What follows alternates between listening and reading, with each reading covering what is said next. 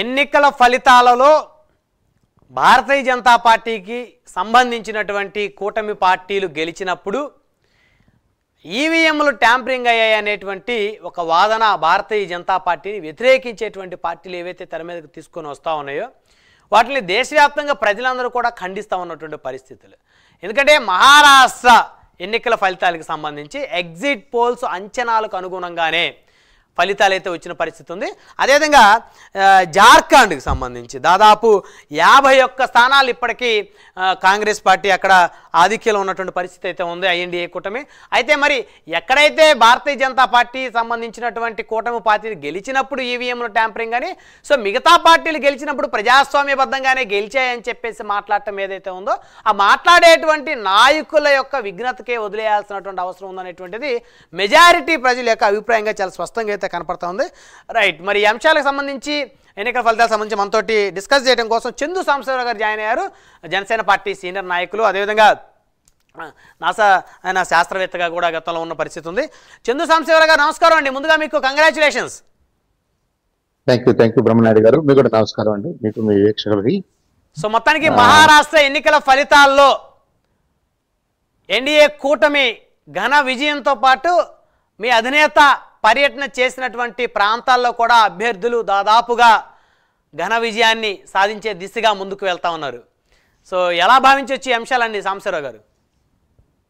Very good, చాలా చాలా సంతోషకరమైనటువంటి రిజల్ట్స్ అండి. చాలా మంచి ఫలితాలు వస్తున్నాయి, డిజర్వ్డ్ ఫలితాలు వస్తున్నాయి. దానికంటే ముందు ఒక నిమిషం బ్రహ్మనాయుడు గారు, జనరల్గా ఏంటంటే ఇలాంటి ఎలక్షన్స్ జరుగుతున్నప్పుడు అది మన రాష్ట్రం కాదు కదా, వేరే రాష్ట్రం కదా అన్నట్టుగా మన పాపులర్ మీడియా కూడా ఉంటున్నట్టుగా ఉంటారు. కానీ ఈసారి నేను దాదాపుగా ప్రతిరోజు ఫాలో అవుతున్నాను. మీరు మీ మీ రిపోర్టర్స్, మీ ఎడిటర్స్ చేస్తున్నటువంటి కృషి. ఇలా మీరు మహారాష్ట్రలో వివిధ ప్రాంతాల్లో గ్రామీణ స్థాయి నుంచి పట్టణాల్లో వాళ్ళు ఎలా ఆలోచిస్తున్నారు, వాళ్ళు ఎందుకు సపోర్ట్ చేస్తున్నారు, ఎన్డీఏ కూటమిని ఎందుకు వాళ్ళు సపోర్ట్ చేయాలనుకుంటున్నారు, దానికి తోడుగా మరి పవన్ కళ్యాణ్ గారు అక్కడికి వెళ్ళటం, అక్కడ ప్రచారం చేయటం అనేది ఏ మేరకు ప్లస్ అవుతుంది, నిజంగా అది స్వింగ్ తీసుకొస్తుందా, వన్ సైడ్ ఎలక్షన్ జరిగే అవకాశాలు ఉన్నాయి, ఇవన్నీ కూడా మీరు గత 10 రోజులుగా 15 రోజులుగా మాట్లాడుతూ వస్తున్నారు. ఐ థింక్ దానికి ముందుగా మీకు అభినందనలు తెలియజేస్తూ, ఎందుకంటే ఈ అవేర్నెస్ అనేది మనందరిలో కూడా అవసరం. ఇప్పుడు దేశంలో ఏం జరుగుతుంది అనేది మన మీద ఆ ప్రభావం ఉంటుంది, మనం ఏం చేస్తున్నాం అనేది దేశం మీద కూడా ఆ ప్రభావం ఉంటుంది. పవన్ కళ్యాణ్ గారు మరి ఆయన ఇల్లు అక్కడ ప్రచారం చేయటం అనేది, దానివల్ల ఒక సినర్జిటిక్ ఎఫెక్ట్ వచ్చింది అనేది మనకి ఇవాళ క్లియర్గా కనిపిస్తుంది. సినర్జీ అంటే ఏంటంటే 1+1 అంటే 2 కానవసరం లేదు, అది 3 అవ్వచ్చు, 4 అవ్వచ్చు, 10 అవ్వచ్చు సందర్భాన్ని బట్టి. అంటే ఒక వ్యక్తి లేదా ఒక ఐడియా తెర మీదకి వచ్చినప్పుడు ఆ ఐడియా చుట్టూ ఉన్నటువంటి పార్టీలు అనుకోండి, ఇండివిజువల్స్ అనుకోండి, ఆ వాదన అనుకోండి, మరింతగా బలపడే అవకాశం ఉంటుంది.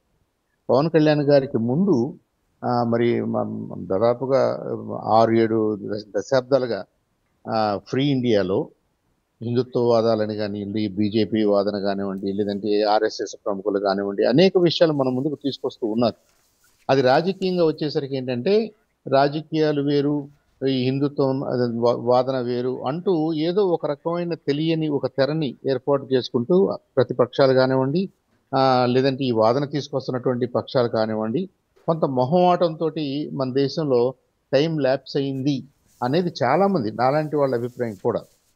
ఇప్పుడు 2024లో పవన్ కళ్యాణ్ గారు ఇక్కడ 100% స్ట్రైక్ రేట్ సాధించినటువంటి పవన్ కళ్యాణ్ గారు ఇక్కడ ఒక మంచి సినర్జిటిక్ ఫోర్స్గా ఆంధ్రప్రదేశ్లో ఈ ఎలక్షన్స్ని 164 సీట్లు సాధించడానికి మరి ఆయన ప్రయత్నం చేసిన సందర్భంలో వెంటనే తిరుపతిలో ఏం మాట్లాడారు, సనాతన ధర్మాన్ని కాపాడుకోవాల్సిన టైం ఆసన్నమైంది, సనాతన ధర్మానికి నేను కట్టుబడి ఉంటాను, ఆ ధర్మాలను కాపాడుకుంటాను, నాకు రాజకీయాలు అవసరం లేదు, పదవులు అవసరం లేదని చెప్పేసి ఖరాఖండిగా మాట్లాడగలిగారు.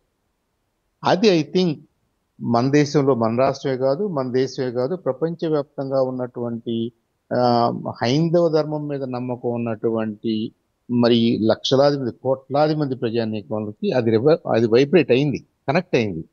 ఇవాళ పవన్ కళ్యాణ్ గారిని ప్రపంచవ్యాప్తంగా ఎందుకు హీరోగా చూస్తున్నారు, రియల్ హీరోగా, పొలిటికల్ హీరోగా ఎందుకు చూస్తున్నారంటే ఆయన నిక్కచ్చిగా మాట్లాడుతున్నాడు, ఆయన ఏదో పాలిటిక్స్ కోసం మాట్లాడట్లేదు, ఆయన ఒక సిన్సియారిటీ తోటి కమిట్మెంట్ తోటి మాట్లాడుతున్నాడు అన్నది క్లియర్గా మనకు అర్థమవుతుంది. సో అది దాని ఫలితం ఈ మహారాష్ట్ర ఎలక్షన్స్ మీద కూడా తప్పనిసరిగా పడి ఉంటుంది. మహారాష్ట్రలో ఉన్నటువంటి పరిస్థితులు, మహారాష్ట్ర ప్రజానీకం ఆలోచనలు ఎన్డీఏ వైపున ఉండవచ్చు. దాన్ని నేను 100% పవన్ కళ్యాణ్ గారి ఎఫర్ట్ వల్లని నేను అనలేను, అనకూడదు కూడా. కానీ పవన్ కళ్యాణ్ గారు వెళ్ళటం వల్ల ఒక పాజిటివ్ వైబ్రేషన్ రావటం, ఇంకొద్దిగా బలం చేకూరటం, డెఫినెట్ గా యాడ్ అయింది. అది ఆ సినర్జీని పవన్ కళ్యాణ్ గారు సాధించారు. ఇంకొకటి, ఇందాక మన రిపోర్టర్ అక్కడ మహారాష్ట్ర నుంచి మాట్లాడితే ఏమన్నారంటే, ఆయన తెలుగులోను, హిందీలోను, మరాఠీలోను, రకరకాల భాషల్లో అక్కడున్న ప్రజలన్నీ కొద్దిగా వాళ్ళ మనోభావాలని అర్థం చేసుకుంటూ, మీ కష్ట సుఖాలని అర్థం చేసుకోవడానికి వచ్చాను, నా వంతుగా నేను కూడా మీ వైపు నిలబడతాను, మహారాష్ట్రలో ఏర్పడబోయే గవర్నమెంట్కి మీ తరఫున నేను కూడా మీ సమస్యల పరిష్కారానికి కృషి చేస్తాను, ఇలాంటి మాటలు ఏంటంటే ఆయనలో ఉన్న సిన్సియారిటీని తెలియజేస్తుంది. నేనేదో వచ్చాను. జనరల్ గా మనకి ఇండియాలో బ్రహ్మనాయుడు గారు పాలిటిక్స్ ఎలా ఉన్నాయంటే స్టార్ క్యాంపెయినర్స్ అని అంటాం. ఆ స్టార్ క్యాంపెయినర్స్ అన్ని పార్టీలు,